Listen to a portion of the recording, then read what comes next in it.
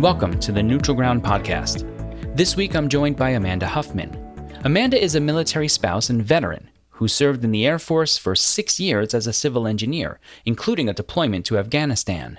She traded in her combat boots for a diaper bag to stay home with her 2 boys and follow her husband's military career. She has been recognized as Hill Vets 100 Class of 2019, Women Veteran Trailblazer 2021, and was a finalist for the Melissa A. Washington Small Business Award. She published her first book in 2019 titled Women of the Military, sharing the stories of 28 military women. In 2019, she also launched her podcast titled Women of the Military. In our conversation, we discussed the end of the Afghanistan and Iraq wars, the difficulties of transitioning from active to inactive duty, finding your purpose in a post-military service world, and how the military prepares you for motherhood. I hope you enjoy my conversation with Amanda Huffman. Amanda, thank you so much for being on the show. Welcome to the Neutral Ground. How are you doing today? I'm doing great. Thank you so much for having me here. Okay, so my audience will already be familiar with this, with kind of why I'm asking you this question this way, but I want to just give you some space and some freedom to just kind of talk about how you're personally narrating and making sense or processing this drawdown and the ends of the Iraq-Afghanistan wars. How are you kind of navigating that and making sense of it yourself, being someone who was deployed to Afghanistan? So I kind of had forgotten, not that the war was going on, but I guess I kind of felt like we were just going to always be there. I never really saw an end of the war. And so even when President Trump was talking about leaving, I was like, something's going to happen.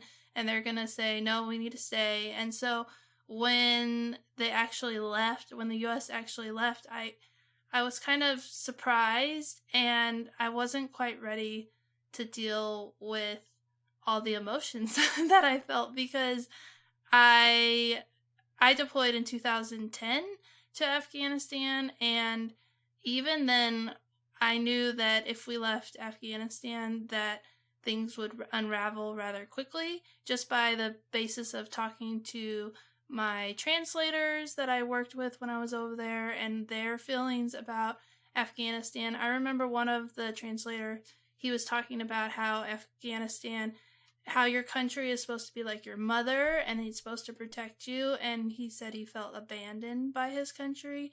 And he was really smart and educated. He knew English and Dari and Pashto, and he was just working with the Americans because he wanted to get out of Afghanistan. And he had, even in 2010, he didn't have any desire to stay and make the country better. He just felt betrayed.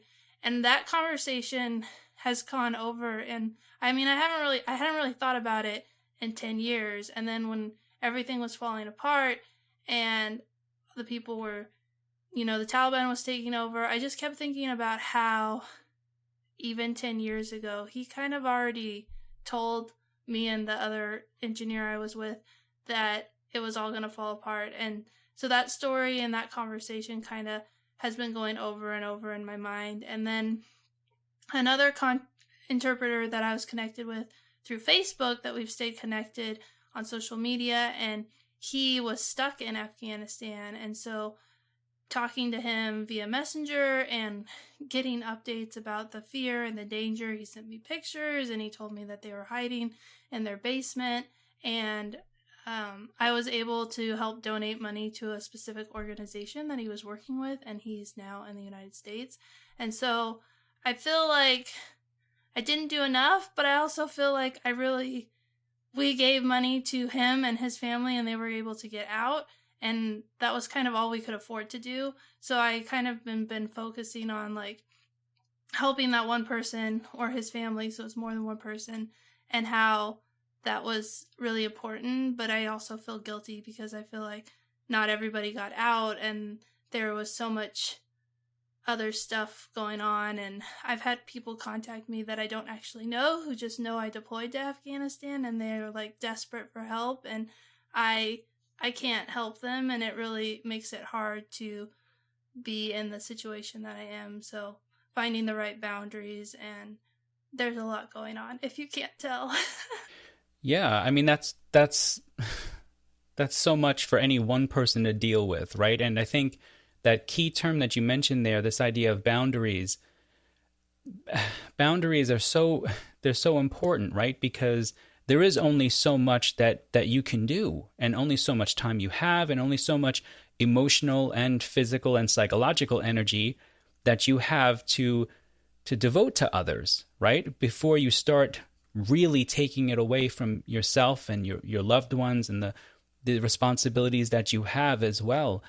You know, you're not the first person to kind of tell me too that there were these moments when Afghani citizens and people there assisting the military were saying things that seemed like there were, let's say, disconnects in some way of the communication, things that made it seem like that it might go this route.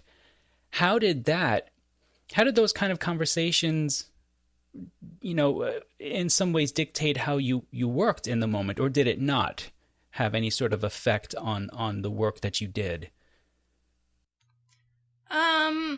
I feel like we kind of just did the job that we were supposed to do, and it was really hard to think about the long-term impacts of what we were doing because we were only there for 9 months, and we spent 4 months in Indiana before we left for Afghanistan, learning a lot about the Afghan people and their culture and the history of war. And so when we looked at like what can we get done in the 9 months that we're there, it's like we can move a tiny little bit of dirt onto a pile and maybe watch some of it roll back down the hill. But it just kind of felt insurmountable. So my focus, and I think a lot of people on my team's focus, was to survive and to make it home from the deployment. And that was where our focus was. And in a way, like, the fact that you're in a war zone and there's this fear of dying and fear of death is like your body and your mind can only take in so much. And so you just have to focus on the mission and getting home alive. And then the long-term impacts wasn't something that I really processed or thought about overseas because it was kind of too painful in the moment. And it's like now we're leaving and it's all coming to fruition and it's really painful now, but I'm in a safe place where I can process it. And I haven't processed it for 10 years because I haven't had to. And so I think a lot of us were just trying to like survive, take care of our families if we had them back home, and just focus on what the mission was and not really think about the bigger picture. Yeah, that makes sense. Well, thank God that you are here, safe. My next question would be, I'm curious about what was the moment like for you when you first realized I'm no longer an active duty member? Was it an odd kind of moment? Like, did you have a genuine kind of moment of sudden awareness of this? Well, I had a 4-month-old baby when I left the military, and I think I was sleep deprived and going a little bit crazy. But I remember when I was on my leave to get out of the military, so I wasn't going to go back to work, but I was still technically in the military, and I had a conversation where I like talked to this guy and he asked me what I did, and I told him about like I was in the military, and he was just like, "Wow, that's amazing." And then like a couple weeks later, after I got out of the military, I had a similar conversation, and I was like, "Oh, I got out of the military and now I'm a stay-at-home mom." And they were like, "Oh, okay." And then the conversation ended, and it was like such a stark contrast of like, "Wow, you're amazing," to, "Okay." They didn't even ask about like anything else. He asked me all these questions about like the work that I was doing, if I had deployed. And the second person, like after I was out, was like, "Oh, you're out? Okay." And they didn't ask me anything else. And it was like, oh, this is my new life. I went from someone that people were really interested and they wanted to hear my story to someone that they were like, "Oh, you're a stay-at-home mom? Okay." And that was all they heard. And they didn't even really hear the veteran piece. Interesting. That yeah, I could see how that would be a very awkward conscious moment of going from okay, everyone's interested in this part of me and now all of a sudden everyone is not in some way. Did that have did it have a little bit of a kind of negative effect in terms of how maybe military service people in general transition from active to veteran? Like, do you think that that actually may play a role in one reason why it's a little bit, it's a very difficult transition? Maybe. I think it's hard to go from active duty to like not military person because you lose your sense of purpose and it's like the military during your transition program, they're like, get a job, get a job, get a job. And like, no one explained to me why. They were just, and I just thought, like, well, you get out of the military, you need to get a job. But it's not, the reason that they're so focused on you getting a job or starting a new career is because they're trying to replace that purpose and that sense that you had in the military. And I think if the military spent more time and was like, you're leaving the military, this is a very emotional thing, and like they explained why, I think we still wouldn't get it until after we got out, but at least we'd be like down the road of like figuring it out instead of being like, because even if you get a career, I mean, I got a career of being a stay-at-home mom, and that was so different, and I didn't have the same purpose and passion that I had with the military, because in the military it's like laid out. Like, this is the mission, this is how we're gonna do it, and then you fall, and then a baby, they don't do anything. And so you're just kind of like lost and don't know. And I think a lot of civilian jobs are similar where like, they're like, this is our goal, because like, you could say the goal is raising your child to graduate, but it's not as detailed as like an op order where the military gives you like a step-by-step process. And so I think the transition for me, I always felt really disconnected because I went from being in the military to stay-at-home mom, and most people don't follow that path. But then I talk to other veterans and they relate to my story and they relate to my experience. And so I think it's just that like the military is so different than the civilian world, and so it's a really hard switch to figure out how to find that purpose on your own instead of being told this is what you need to do.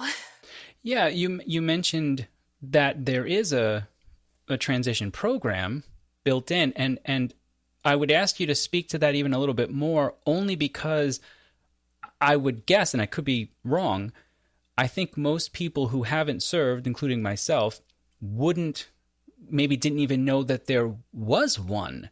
So could you speak a little bit more to that? Like, you did a good job talking about that they're trying to provide purpose, but what else would you say? I mean, because I think we all agree that that's probably really important, actually, to have that.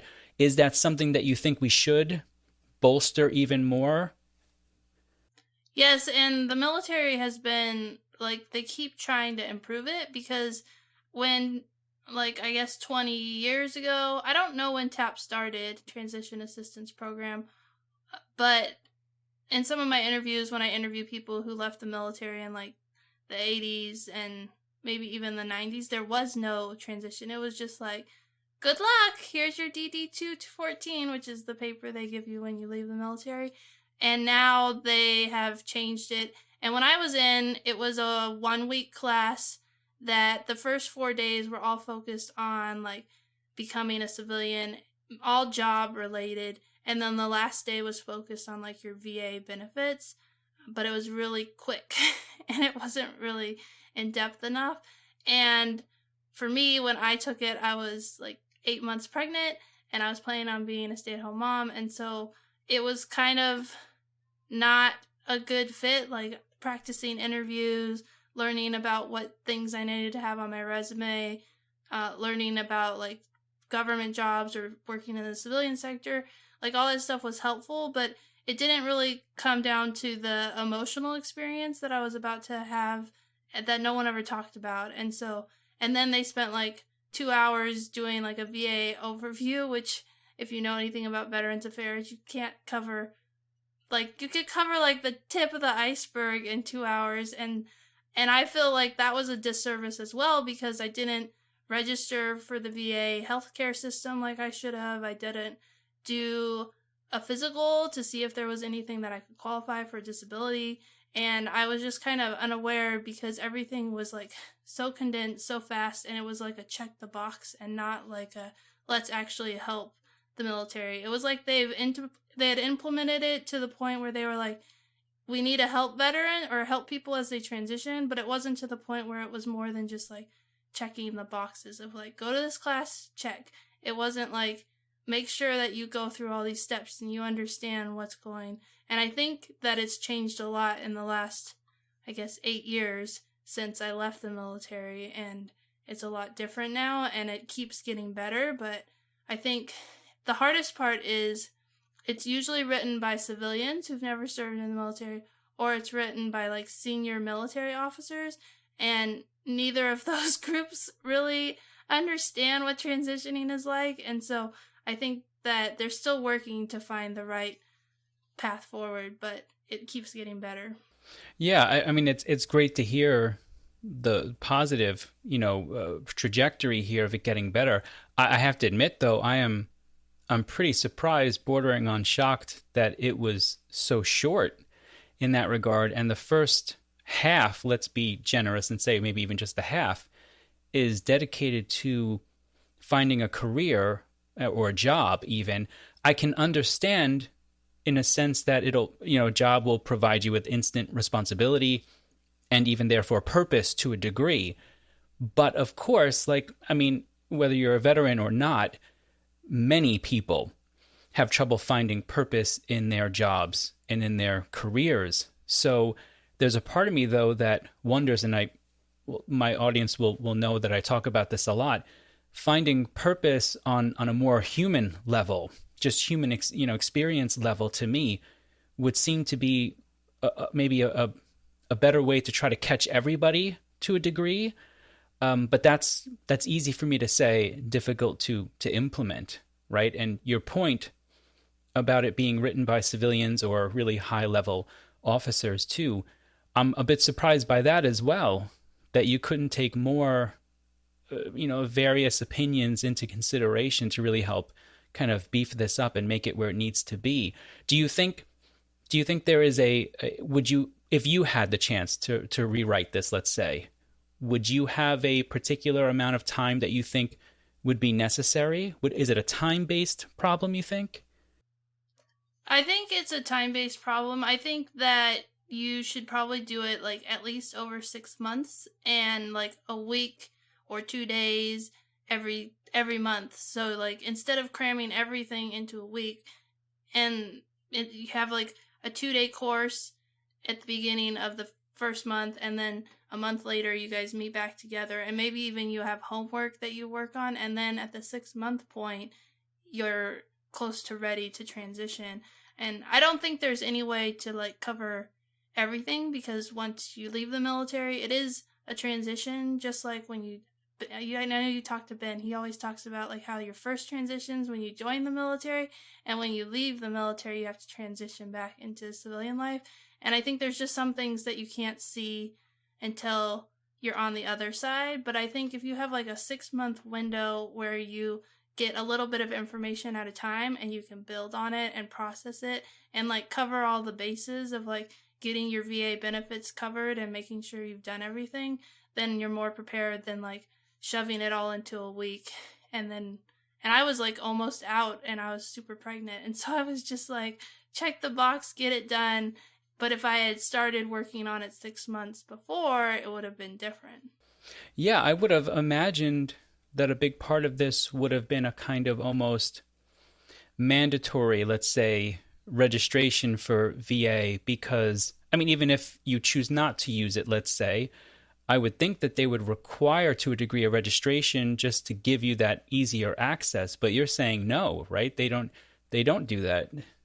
No, they don't require you. And I was under the impression, because my husband's still in the military, that I was under TRICARE. And so I was like, why do I need to go through this process? Because I'm becoming a military spouse, and so I have TRICARE.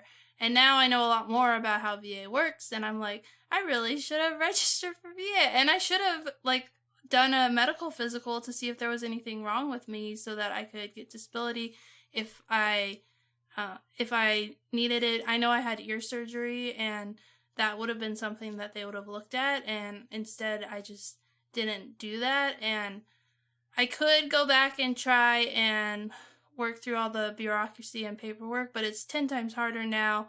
And it's also really hard to say, like, besides the ear surgery, I can't say, like, if a certain part of my body hurts, if it's from being out of the military, like, and having kids and just getting old, or if it's from my time in the military, because I never went and did that physical like I should have when I left. Wow. Yeah. No, that's a great point. I'm curious then. So you leave with a 4-month-old baby, right?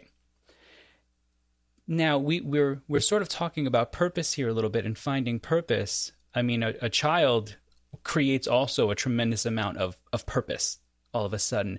Would you say that actually helped you in some way transition and finding purpose right away, or did it just complicate it in a different way? It definitely complicated it in a different way. Please tell me. I'm curious, because I would have thought the opposite. I would have thought, it gave me a tremendous amount of purpose in some way. So why not? Why did it create complications? Because being a mom is really hard. Yeah. And I went from doing something and, like, never really failing, and setting limits on what I did so that I would always not fail. And then I had a baby, and I, like, read the books, and I was prepared, and then it took me a long time to learn that he was a human and not a textbook, and there was, like, no test to pass. And so for me, it was really humbling because I felt myself failing at the first thing I did when I got out of the military because I didn't think I was a good enough mom. I also really struggled because the military gives you accolades for everything that you do, and nobody gives you accolades when, more what the being a mom, you get judged by other moms or by the society by and large, like your kid's not sleeping through the night, you're breastfeeding too long, you're breastfeeding too short. There's, like, so many pressures of being a mom.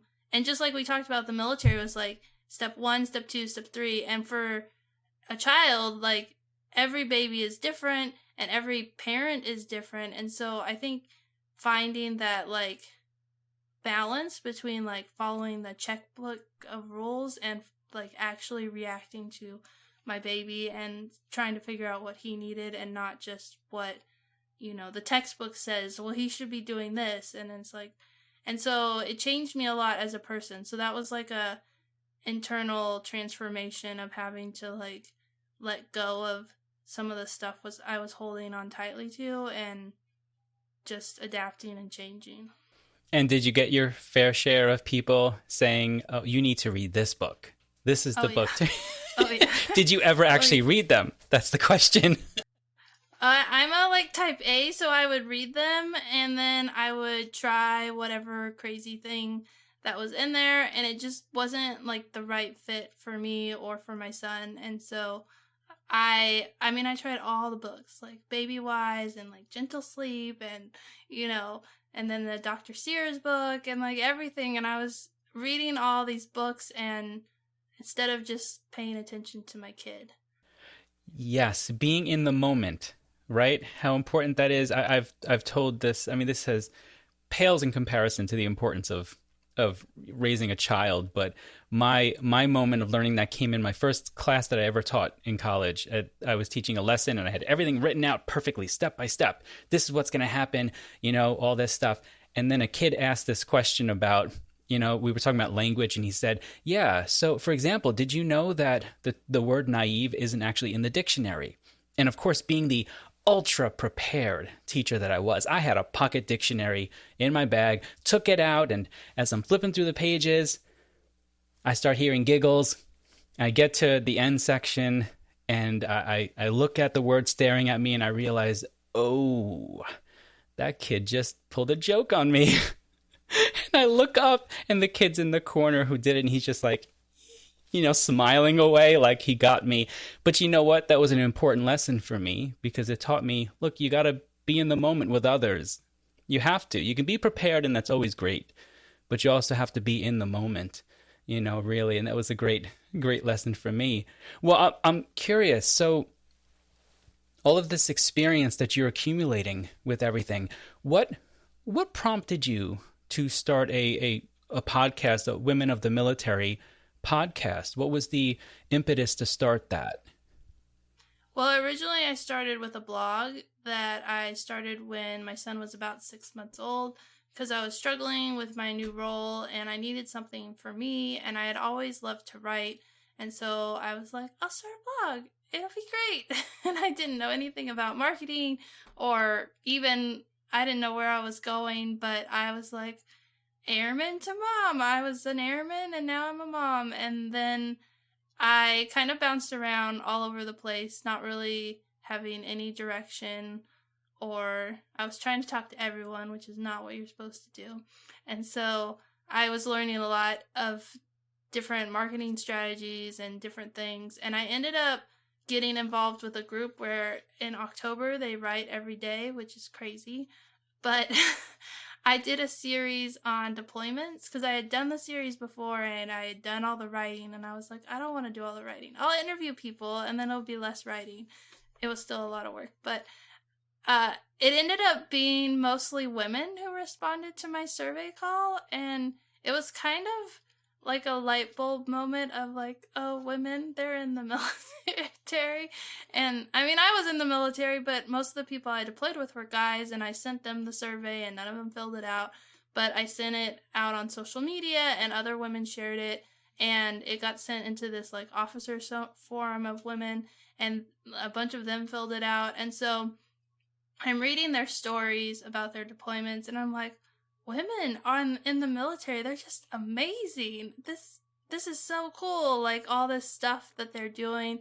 And so I decided, who cares about deployment? We're going to learn about women. And so I had planned to do the series again in 2018, but my husband's in the Air Force. Well, now he's in the Space Force, but we moved from California to Virginia, and it was almost October, and I had most of the stories, but I also felt really overwhelmed of putting them in the blog and doing all the work. And so my friend was like, you don't have to do this.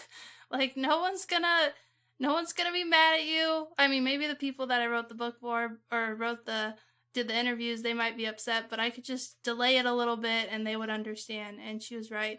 And somehow from that conversation, we decided, let's do a podcast. And so I started the podcast, and I had those stories that I collected, and I was like, if I can't find enough people to be on my podcast, I'll just read those stories so that that way I can like continue having weekly episodes. But I didn't have a problem finding women to tell their story.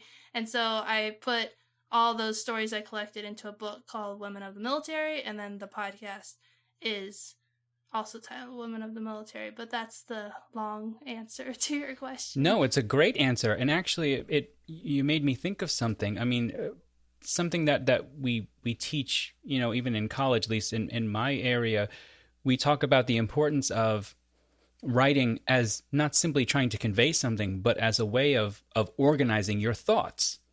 Right? It's kind of the highest level in some ways of thinking, because every word has to connect, and every sentence and paragraph and whatnot. I'm fascinated by the idea that you were overwhelmingly receiving responses from women. Do you think in some ways that was a kind of call to say, look, we have stories here, and we actually not simply want to tell them just to tell them, but we want to tell them so that we can make sense of our roles here ourselves? Yeah.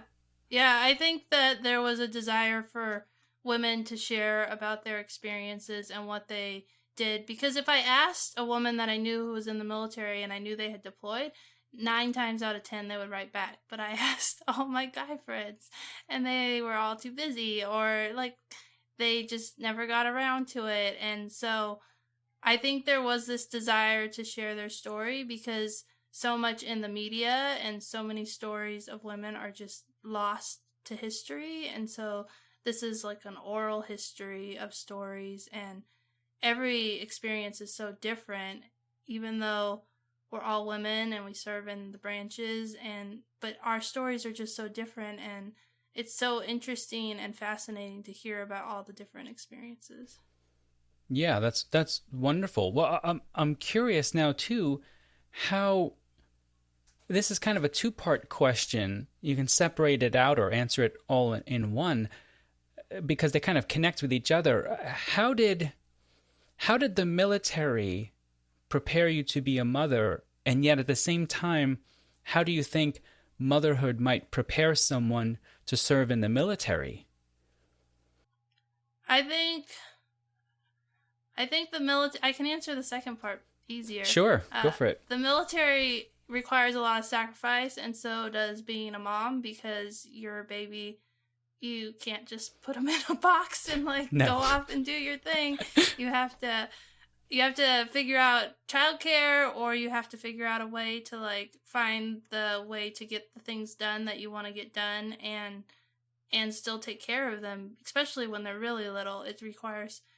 Someone told me it's kind of like breaking up with yourself, because there's the person you are before motherhood and then the person that you are afterwards. And that really goes well into how the military, when you join the military, you're one person and you kind of have to break up with that person, because the military sends you to boot camp and they break you down and then they build you back up into someone new. And so that's motherhood and being in the military. They have a lot of similarities. Oh, I did a series on my blog called Military and Motherhood, where I compared the differences between motherhood and military, and I talked about how an MRAP, which is an up armored vehicle, is kind of how you protect your kids from life's troubles, and there's still bombs that go off and blast, but you try and protect them. And yeah, it was really fun to write that series. Yeah, that's fascinating to me. That I never thought of it about it that way, of kind of breaking up with that person and then having to rebuild, right? You're rebuilding a kind of narrative of who you are in that moment. It makes a lot of sense to me, though, in the sense that going into boot camp, you do that. And then in a sense, do you think maybe that's a little bit of a key here too, in that transition period out? That maybe that's something that has to happen again? Mm-hmm. Yeah, for sure. Because you can't be the same person when you leave the military. You have to adjust, because your life is different. You have to make your own decisions. The military's not going to tell you where you're going to live when you leave the military. That's one of the things. My husband has been in for 15 years, and so retirement's about 5 or so years away, and one of our biggest fears is having to decide where we're gonna live, and picking what job he's gonna do after we get out, because we haven't done that. We graduated college and we both went active duty, and so we've always, for our adult life, been told this is where you're gonna live, and he's always been told this is the job you're gonna do. And he can have dreams and try and pick what job he wants, but it's the military that makes that final decision. And when you get out, you have to make that decision. And it seems crazy that as a grown adult, the fact that you have to make a decision on where you live is something so hard. But for someone in the military, it's not something they've had to think about at all, because you don't want to think about it, because if you get really upset, it doesn't matter your life. So you just kind of give up certain parts of control over your life, and then you leave the military and you have to be in control of where you live and what work you do and how you spend your time. Are you going to keep working out, or are you going to not work out because you don't have PT 3 times a week, or whatever the schedule is? What do you think the audience should know, or what's something that the audience should know, maybe people like myself who did not serve, that doesn't quite get, let's say, I'll use the term accurately, or maybe talked about enough through various medias? What's something that we should know about service that you think just isn't quite out there enough? What kind of story, in a sense? I think the diversity of the military and the different experiences in the military. I think there's this stereotype of white male with a gun, and that's the military. And especially with the Space Force, I'm really interested in space, and my husband just joined the Space Force, and there's so much stuff on social media about like how Space Force, and people just don't understand like what is happening in the military and how it's becoming more technical and less boots on the ground like it was, during World War I and World War II. If you think about how even the Afghanistan and Iraq wars were fought, there was so much technology built into it where we were pretty safe overall. I mean, over the years, a lot of Americans died, but it was so much less than if we had been at war for 20 years during World War I and World War II. Like, there weren't that many casualties overall. It just was a different type of war, and it was a lot based on the technology, and that's where I think the military is headed, and that's why like the Space Force was created. And so I think the military is really changing in all the stereotypes. Like there when I was growing up, there was a belief that the military was very, very conservative, and it's not. When you're in the military, you learn that like everybody is different, different races, different political beliefs, different upbringings, different cultures, and there's so much diversity to the military. And I think for so long it's just been certain people have come to the top and they've been the leaders, but the military is changing, and I think the military can change America for the better because we have learned how to work together and meet a mission despite our differences, and it's something that's probably one of our greatest strengths. And if we can figure out how to show the rest of the United States like how we've done it and how important it is to work together even if you don't agree on certain issues, then I think that would be the best thing that the military could give to the civilians, because the stereotype is so wrong, and I just want more people to know about how we're all working together and how we're accomplishing the mission. Yeah, and how we narrate these stories is important because it can aid also in ultimately what we want to talk about here too. These last two questions are going to deal with how we can help in terms of the transition and whatnot. And one way that we can do that is by narrating that story a little bit differently so that people don't feel like they were part of something that is this huge, terrible thing. Like that actually matters. How we narrate our relationship with the military is quite important, actually. And highlighting too what they're doing and the technology that they bring that has for years actually helped aid in our ability to be the country that we are right now in terms of not helping others and even helping ourselves as well. Well, I do have two questions left for you. The first one deals with what advice you would give someone like myself who did not serve to help either someone that they love who may be struggling, who did serve, with either PTSD or just struggling in general with trying to find that level of purpose. What can we do to help in that regard? I think the biggest thing you can do is to listen and to ask questions, and also be okay with someone saying, I can't talk about that right now. Sometimes I can talk about my experience in Afghanistan,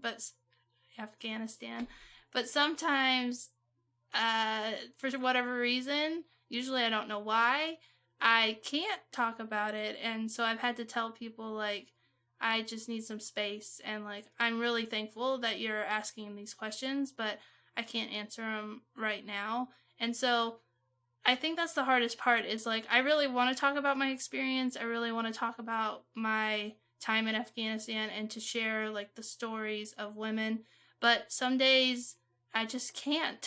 And if someone says that, know that they're saying that, like, I feel for me that they're saying, like, right now I can't talk about it, but that doesn't mean, like, you can't talk about it ever. So don't just, like, close the door, but you could say, I know you couldn't talk about it a couple weeks ago, but I still have questions. Would you be open to talk about it at a future date? And if they say yes, then continue that conversation when it's better. But I've had a lot of people when I've said that, then they never bring it up again. And I can see like they don't want to cause me pain, but I I mainly just need time to process whatever question they asked that triggered me, and I can't respond right then. So Yeah, it's amazing to me how universal certain things are in terms of our various aspects of civilization. My audience will probably be thinking right now that's something that we talked about in a previous episode with Hemingway. Hemingway had written, he served in World War I as an ambulance driver in Italy, mostly for the American Red Cross, and he wrote a short story called Soldier's Home when he came back from the war. And at the very beginning of the short story, he says, when wanted, when they wanted to ask me about my service, I couldn't talk about it. And then when I wanted to talk about it, they wouldn't listen. And we talked about how the idea is it can't be on our, let's say, the people who didn't serve, it can't be on our timeline. When that opportunity hits and somebody wants to talk, you got to stop everything you're doing and just listen. That's your opportunity. You may not get it again, and that's the sad truth. You might not. And so you take it when you can, and when they say, I can't talk about it right now because I'm processing it, you have to respect that and let them process it in that way. So it's so amazing to me how, this is this is so long ago, and yet it might as well have been written 2 minutes ago by you who just said this. It's really quite amazing. And I'll just add that it's uplifting to me because it means we have this story already and we have mechanisms for dealing with it. So there is hope. And that maybe will segue into my last question here for you, which is, what would you say to veterans who have served and are maybe dealing with a loss of hope or loss of purpose? What would be your advice to them? That it's not too late to get help. I deployed 10 years ago, and actually it was just by accident that I started therapy in late June. And so I've been going through therapy as the Afghanistan withdrawal happened, and it wasn't on purpose. It was actually quite by accident, but I'm so thankful to be in therapy now. And for a long time, I felt a lot of shame because I didn't get help sooner to deal with my deployment, and that I waited. I guess it's technically 11 years. That's a long time after, but it's been really helpful and really life-giving, and I can say, oh, I wish I had gotten help sooner, but maybe the timing that I needed the help was right now because I'm going through all these emotions. And like 5 years ago, Afghanistan wasn't in the forefront. It wasn't in the news. It was just something that was still happening, and a lot of people didn't even know what was going on.